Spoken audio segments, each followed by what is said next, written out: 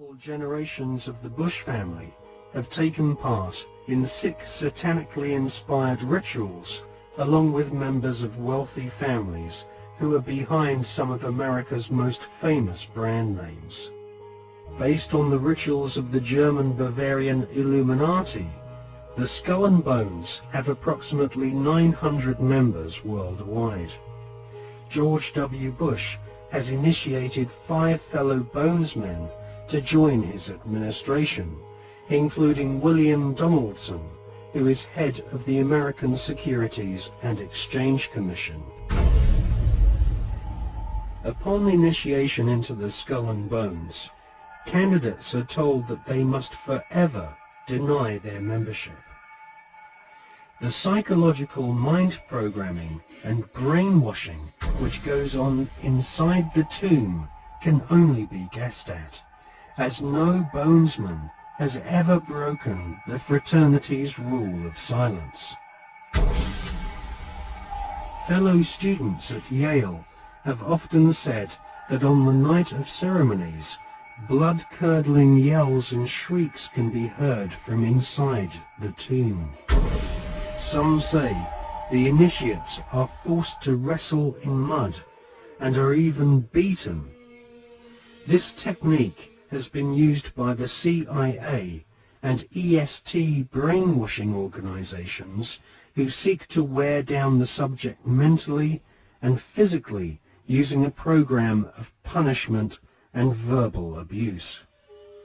Once the will of the candidate has been broken, and they have divulged all their sexual secrets to the elder Bonesmen, they stand naked and are reborn in a mockery of a Christian baptism, with elder Bonesmen dressed as the Pope and the Devil conducting the ritual.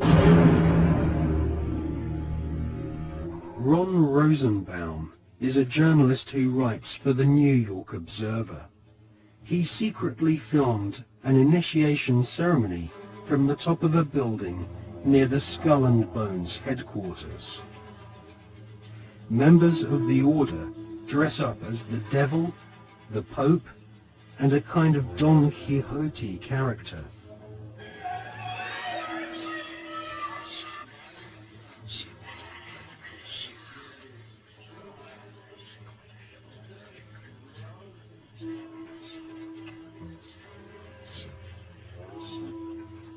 The Pope wears a white monogrammed slipper which rests upon a stone skull.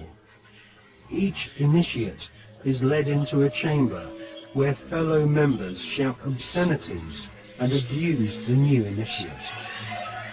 The initiates are told that they are superior beings and are part of a privileged elite who use war, terror, and famine to control Earth's human population. This callous philosophy was illustrated in the Hollywood movie Skulls, made in 1999.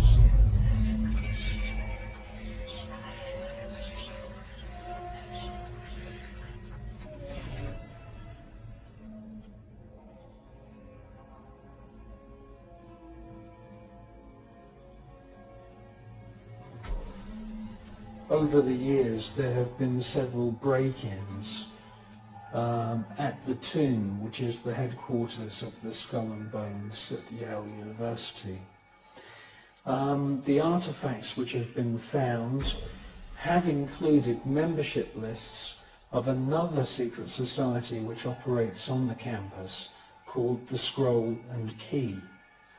Now, it seems pretty obvious as we research this material that the Wolf's Head, Phi Beta Kappa, the Scroll and Key, and Skull and Bones are all different flavours of the same Bavarian Illuminati secret society.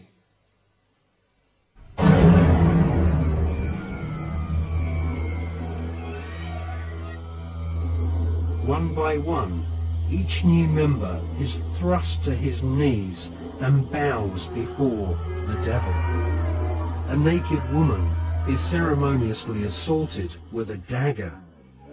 The devil lays each initiate into a coffin, and a ribbon is tied to their genitalia.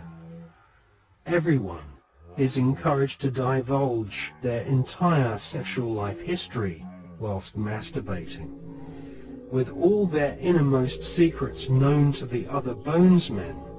The new initiates are threatened with blackmail if they ever reveal the secrets of this Masonic order.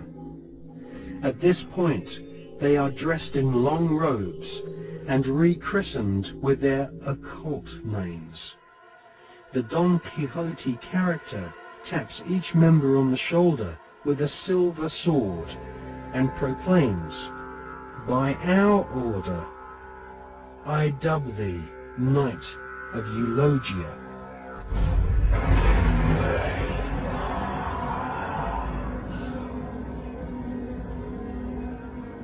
We can exclusively reveal that George Bush Sr.'s occult name is Magog, which is the name of the evil army commanded by Satan to visit Earth and destroy the kingdom of Christ.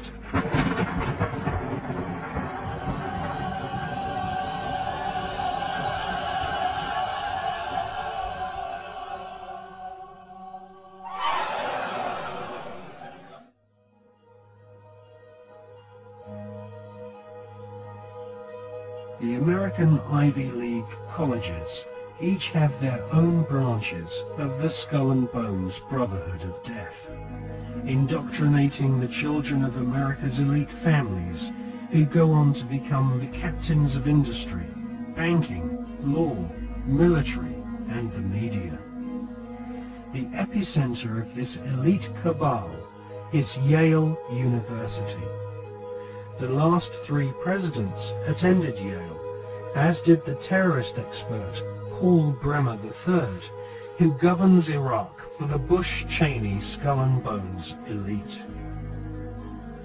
Members of the Anglo-American Illuminati network also share the same philosophy.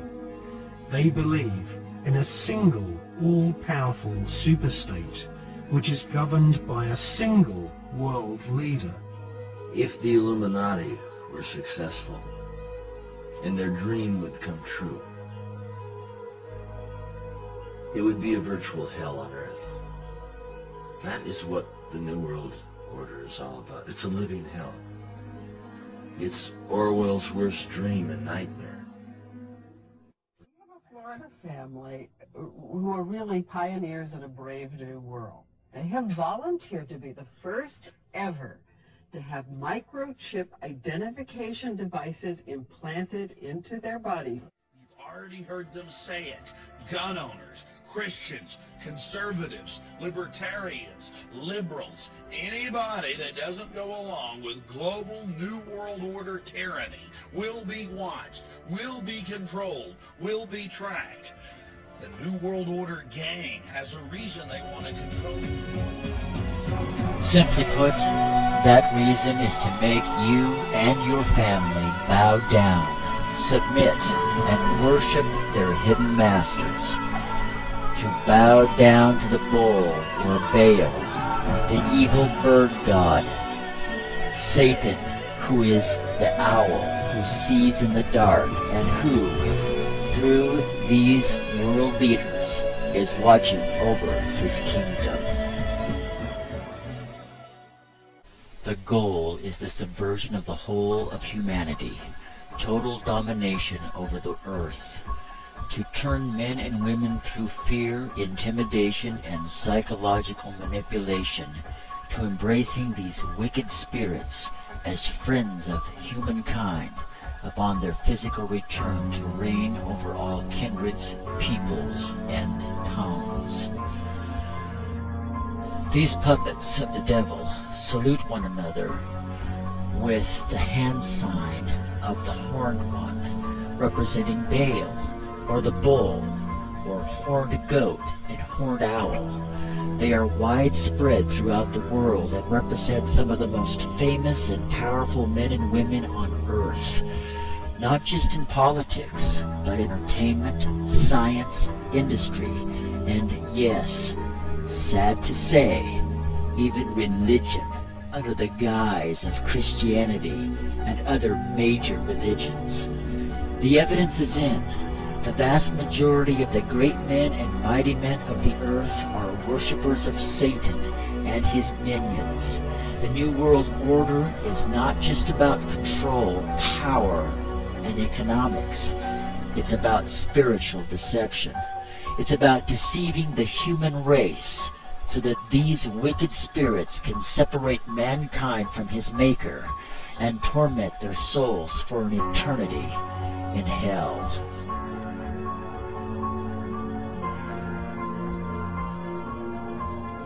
I wish I could say that I am making all this up, but unfortunately I'm not.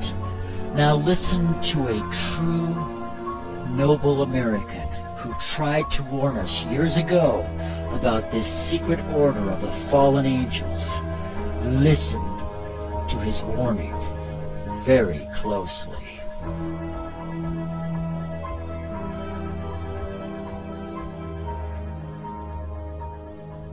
The very word secrecy is repugnant in a free and open society. And we are, as a people, inherently and historically opposed to secret societies, to secret oaths, and to secret proceedings. We decided long ago that the dangers of excessive and unwarranted concealment of pertinent facts far outweighed the dangers which are cited to justify it. Even today, there is little value in opposing the threat of a closed society by imitating its arbitrary restrictions. Even today, there is little value in ensuring the survival of our nation if our traditions do not survive with it. And there is very grave danger that an announced need for increased security will be seized upon by those anxious to expand its meaning to the very limits of official censorship and concealment. That I do not intend to permit to the extent that it's in my control. And no official of my administration, whether his rank is high or low, civilian or military, should interpret my words here tonight as an excuse to censor the news, to stifle dissent, to cover up our mistakes, or to withhold from the press and the public the facts they deserve to know. For we are opposed around the world by a monolithic and ruthless conspiracy that relies primarily on covert means for expanding its sphere of influence, on infiltration instead of invasion, on subversion instead of elections, on intimidation instead of free choice, on guerrillas by night instead of armies by day. It is a system which has conscripted vast human and material resources into the building of a tightly knit, highly efficient machine that combines military, diplomatic, intelligence, economic, scientific, and political operations. Its preparations are concealed, not published. Its mistakes are buried, not headlined. Its dissenters are silenced, not praised. No expenditure is questioned, no rumor is printed, no secret is revealed. No president should fear public scrutiny of his program. For from that scrutiny comes understanding, and from that understanding comes support or opposition, and both are necessary. I am not asking your newspapers to support an administration, but I am asking your help in the tremendous task of informing and alerting the American people. For I have complete confidence